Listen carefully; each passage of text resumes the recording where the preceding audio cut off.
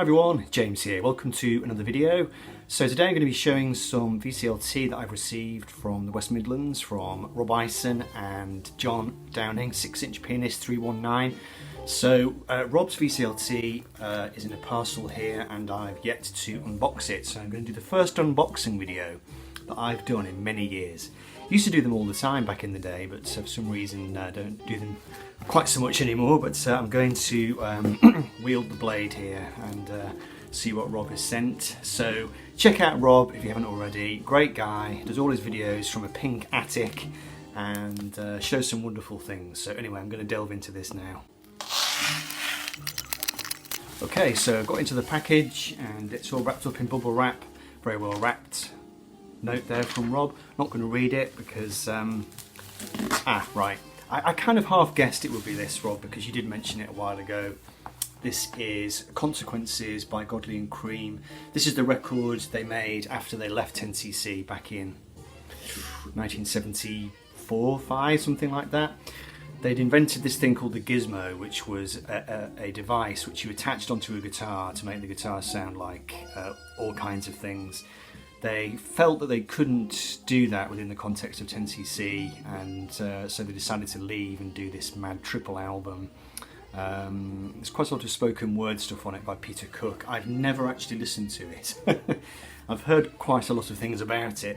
Pete from Sounds from the West Coast, he actually showed it recently or talked about it, I think. Booklet. Yeah, I mean, I've never heard this album, so very exciting to get this. You know, I've heard mixed things about it, but yeah, fantastic pictures.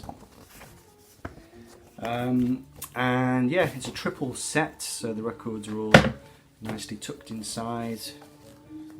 Part 1, Part 2, nice colour schemes.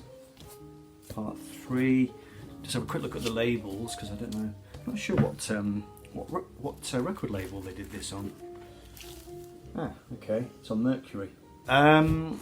Yeah, Rob, thanks very much. I have seen this record around. There was a copy in my local antiques place, maybe last year or the year before, but it was a little bit on the pricey side, so I thought I would hang in there for another copy, but marvellous to have that.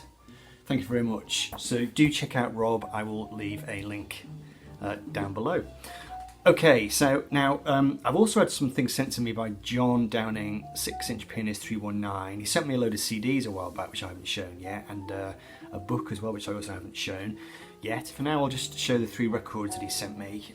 He sent me this is Bill Bruford, Gradually Going Tornado, and this is an early one actually, it's 1980. Just trying to think of the chronology of Bill Bruford. I mean, he left Yes in 72, I think, or 73. Joined King Crimson, they fell apart in 74. He was in Genesis in, I think, 1976, and then he made a couple of albums in the late 70s. So I guess this is not the start of his career then, this is kind of a few years into it. Bill Bruford, Dave Stewart on keyboards, not the Dave Stewart from the Eurythmics, a different Dave Stewart. Jeff Berlin on bass and vocals, and the unknown John Clark on guitar. And I see here it's recorded at Surrey Sound in Leatherhead in Surrey, which I think is where the Police recorded their first album. It was a converted dairy. My mind is full of useless crap like that. But yeah, so this, I would describe this as kind of early British fusion. I was reading about it and there was quite a good, interesting review of it on Amazon. Somebody was saying that it was a style of music which kind of got left by the wayside a little bit as we got into the 1980s and the whole pop scene started exploding. Bill Bruford was quite sniffy about a lot of the early electro 80s pop stuff, you know, Depeche Mode and that kind of thing. I think he saw the emerging technology as being interesting in a musicianly way, and he felt it should be used in his terms, in a virtuoso kind of way. And I think he looked down on all that kind of early Depeche Mode type stuff. But when you listen back to all that now, it still sounds fairly timeless, whereas this actually sounds quite dated. The keyboards do have a dated sound, no question about it. The playing is really good. The instrumental tracks on this album are great. They're just classic examples of sort of, you know, early 80s British fusion. The mistake they make, and this is what I always think about these kind of fusion albums, they make the mistake of trying to write pop songs. Maybe because they were all trying to follow in the footsteps of Genesis, but most of those bands didn't really know how to do very good pop songs. They kind of sound a bit contrived, but the instrumental stuff on this record is really nice, so that was a good thing to have. I don't think I have any Bill Bruford records in my collection. I've got a couple of CDs. There is one going down at my local Oxfam, but it's a bit on the pricey side, so I have left it there for the time being. So John also sent me this record. This is Irish Heartbeat by Van Morrison and the Chieftains. I had done a Van Morrison video and I showed my complete collection, and there were some gaps in it, and I think John identified this one as being one of the ones I didn't have. A couple of people in the comments on that video did say to me this is one that I should get, or try to find. And I love the way these guys look. Just no effort at all to look like pop stars. You've got the sort of chunky Aaron sweaters. Look at this guy here. That's Martin Fay, Fiddle and Bones. This style of music, in my younger days, I would have utterly dismissed it. I would have thought of it as being twee, naff. And even to this day, there's an area of music where I kind of start to feel a little bit uncomfortable, where it starts to get a little bit too Aaron Sweater and finger in the ear, and occasionally they do get to that on this record. But they tend to pull it back, and there's some beautiful heartfelt stuff on here. The actual song Irish Heartbeat itself, which is a Van Morrison song. Most of the other tracks are traditional Irish fare. It's beautiful stuff, beautiful songs. Raglan Road, amazing version of She Moved Through the Air, and Marie's Wedding at the end. Van is in fine vocal form on this record. Some of the stuff he does is really virtuosic. I said it before in my Van video, I love the way he kind of straddles all those different genres, soul, blues. Obviously on this record ostensibly it's folk music, but on She Moved Through the Fair, it's a fairly bluesy reading of that song. It's quite drony. It sounds almost a bit like Blind Willie Johnson or something like that. You've got the drone going on, and Van Morrison doing all these elongated phrases and really intense emotions. But yeah, wonderful, and nice to get that into the band collection. So there we go, Van Morrison and the Chieftains and Irish Heartbeat. And the third of the records that John sent me, really pleased to get hold of this. I've never seen a record by this lady. This is Ann Peebles, and I'm going to tear your Playhouse down. I think it was a reissue, it's not one of her original records. So Ann Peebles, she was a southern soul singer. I think she was from the south, wasn't she? She's certainly got a very southern sound. She recorded for High Records, which was Woody Mitchell and Al Green's label. The musicians on this record are likely to be people who played with Al Green, because it's just got that classic High Records sound. Very distinctive sound. It's a beautiful record. She's got a very sultry sound, occasionally quite dark, quite ominous. It's not finger clicking northern soul with tambourines going off. It's definitely got a more ominous kind of vibe to it, rather more kind of urban. I Can't Stand the Rain was her big song. Famously, John Lennon loved that track when it came out, whenever it was. It would have been probably in the 1970s, and John was a big fan of that. So there's the High label. So yeah, wonderful trio of records there, John. Thank you very much indeed, much appreciated. And again, thanks to Rob Ison for the Godly and Cream as well. I think all of these were picked up from Heightside Records here in town, so just a few to show you, some quite nice things, but like I said, nothing out of the ordinary. This first one, I guess, is sadly good timing, given that we just lost Gary Brooker. This is Procol Harum and A Salty Dog. Now, unfortunately, I bought this thinking it was the actual album A Salty Dog, not knowing what the track list of that album was. Turns out it's not. It's a Music for Pleasure compilation, which has been misleadingly given the name A Salty Dog. That is so annoying. When they make compilation albums, when they give them the name of one of the band's albums, I do find that very annoying. However, look on the bright side, it is a wonderful record, actually. I think it's a combination of stuff from A Salty Dog mixed in with a few tracks from some of their subsequent albums. First time I played this record, I wasn't sure about it. Their stuff is very slow burning, very smouldering. Second and third time though, I really started to get into it, and then I really got into this record. I played it quite a few times over the course of the week that I got it. Wonderful, atmospheric stuff. I was watching the video that Mazzy did on Procol Harum when Gary Brooker died. Mazzy did a video on it, on their career, and he described Gary Brooker as a blue-eyed soul singer. And that's not something that I particularly thought of, but thinking about it, I think he's absolutely right. Gary Brooker has definitely got a blue-eyed soul sound to his voice, the kind of aching, yearning, melancholy kind of sound. And I guess they were very influential, Procol Harum. They were one of the first prog bands, art rock, progressive rock, and one of the more successful groups, I think, who dallied with that idea of orchestras and orchestral strings. But one of those groups which is unfortunately only known for one song. You know, when Gary Brooker died, everything I heard on the radio about him was the, you know, Whiter Shade of Pale. It's almost as if he never did anything else, but clearly he did, and some wonderful tracks on this record. The Devil Came from Kansas, and She Wandered Through the Garden Fence, Shine On Brightly, Boredom, Conquistador, wonderful stuff. So yeah, I was disappointed that it turned out not to be the Salty Dog album, which I've been looking for a long time, but at least it was nice to get some Procol Harum into the collection, and it was rather sadly timed given that Gary Brooker died shortly after I bought the record. Hope those two events were not connected. Always makes me think of the film With Nail and I, because I think A Whiter Shade of Pale is the song playing in the introduction to that film as the camera is panning around the you know, the awful flat where they're living. But anyway, yeah, good stuff. Okay, so the next one is another Van Morrison record, and this is one of the ones that was a gap in my collection.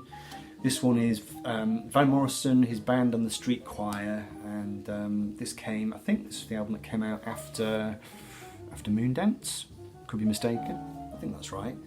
And yeah, it was just a gap in my collection. First impressions of this record, I'd say, not top shelf fan for me anyway. It's kind of like the Moondance album, but the songs are not as memorable. Maybe I need to give it a few more listens. It's a perfectly decent record. It's definitely, I'd say it's not one of Van's lower tier ones. It's maybe a mid-tier one for me anyway. Nothing particularly has grabbed me yet and made me gone, wow, what a fantastic song. You know, like on Moondance, you've got Into the Mystic and Caravan, and just songs which clearly jump out at you as being absolute masterpieces. This record seems to me to be a little bit more middling than that, but I may be missing something, so we'll have to keep persevering with it. But yeah, nice to get a hold of it. It's just on Warner's. Beautiful condition as well. I haven't checked the pressing, but it's a really nice copy. This record, this is Jackie Moore and Make Me Feel Like a Woman. Now I picked this up because it looked to me like a classic lost Southern Soul record, just the way it's presented. I looked on the back as well, the musicians on this record. You've got Roger Hawkins on drums, which is always a dead giveaway. You know, he was the guy that played drums with Aretha Franklin and just on countless sessions down in Memphis for, you know, Stax, Atlantic and that kind of thing. So it was a blind buy. I left it there the first time and I said to Robin, the guy that runs the store, can you just put this back for me? Because I'd got a stack already. I said I'll come back next week and maybe pick it up, and he did that for me. So I came back, picked it up, and I'm pleased I did. It is definitely a great kind of Southern soul sound, very smoky and smouldery. Think of Candy State and that kind of thing. Her voice has got a real kind of vinegary quality to it. You know, it's not kind of sweet and nice soul. There's a definite kind of undercurrent, but it's quite funky. At the Top of the Hill by Clarence Reid kicks the record off. Make Me Feel Like a Woman by Clarence Reid, and there's an Ashford and Simpson song called Old Time's Sake. Definitely a nice thing to have found, and just on Orange RCA Victor. So I think she was from Jacksonville in Florida, and she had a few hits in the 1970s, and I think like quite a few of those singers from that period, she ended up kind of just on the edge of the disco movement in the late 70s. She's dead now, unfortunately, but yeah, nice record. Jackie Moore, Make Me Feel Like a Woman. Splendid stuff. Right, this next one, I'd picked up a CD box set by these guys, a band that I've long liked and enjoyed, but haven't been very determined to track down. You know, not a group that I've ever particularly kind of delved into. So when I saw a copy of this going cheap, I thought I would pick it up. This is Black and White by the Stranglers, which I think is maybe their third album, something like that. I'd not long got to know this record on CD, so it's just one of those slightly annoying purchases, but I couldn't resist it. And I do have a fair few Stranglers records now. So I've said to Robin down at Highside, can you put the Stranglers LPs to one side? Because I might as well try and complete the collection. I always enjoy their music, it's just that I've never collected it, I've never kind of, you know, delved into it. Incredibly distinctive sound. Obviously you've got, you know, the Dave Greenfield keyboards, which are really hard to describe. They're almost like prog rock in a way, very virtuosic. They almost sound sequenced, as if he's using a sequencer. Very baroque sounding and kind of swirly psychedelic sound, but mixed with really kind of menacing hard punk kind of vibes. Very, very interesting. I tend to agree with Richard McCook, who thinks the first side of this record is really good and really immediate, and side 2 is not quite so easy on the ear. It's got a kind of a slightly dissonant aggression to it, but I don't know, I do quite like side 2 as well, so we'll have to see. But yeah, Black and White, and what an iconic cover that is. And then this is maybe the pick of the bunch. This one was in the New Arrivals box, and I kind of delved through. Paid £15 for it, but I thought it was actually quite reasonable because you don't see this guy's albums around very often, and when you do, they're not cheap. So this one is in beautiful condition, and it wasn't too expensive, so get a load of that. Tattoo by Rory Gallagher, which I think was quite an early album for him, maybe his 4th album, something like that. I think it's known as being one of his great classics. I don't think it was a particularly successful album. I read somewhere that it wasn't particularly well promoted by Polydor, but certainly a very great blues rock album with some wonderful songs. He had so many fans back in his, you know, his glory days. Brian May was a huge fan of Rory Gallagher, and before Brian May was famous, he used to go and see Rory all the time at the Marquee, and there was one night when he went to talk to him and he asked him how he got his sound, because he just loved his sound. I think Brian May wanted a particular sound in his head, and it was basically the sound that Rory Gallagher had. So Rory explained to him what his setup was, showed him his amp. It was a Vox AC30, and he had a little treble booster device which he plugged into it, and he showed Brian exactly how to, you know, turn the knobs and get the sound. And Brian went out the next day and bought a Vox AC30, bought one of these little treble devices, and basically modelled his sound on Rory Gallagher, except that Brian had the homemade guitar. He had the Red Special, so that's what gave his sound the unique Brian May flavour, but the foundation of it was Rory. Anyway, yeah, fantastic find, and a good price. Am I going to try and complete the Rory Gallagher collection? So many gaps. My collection is mainly gaps at the moment, but I've got a few, but we shall see how far down that slippery slope we get. So there we go, that'll do for now, and hopefully be back soon with some more rubbish to talk about. So take care, bye.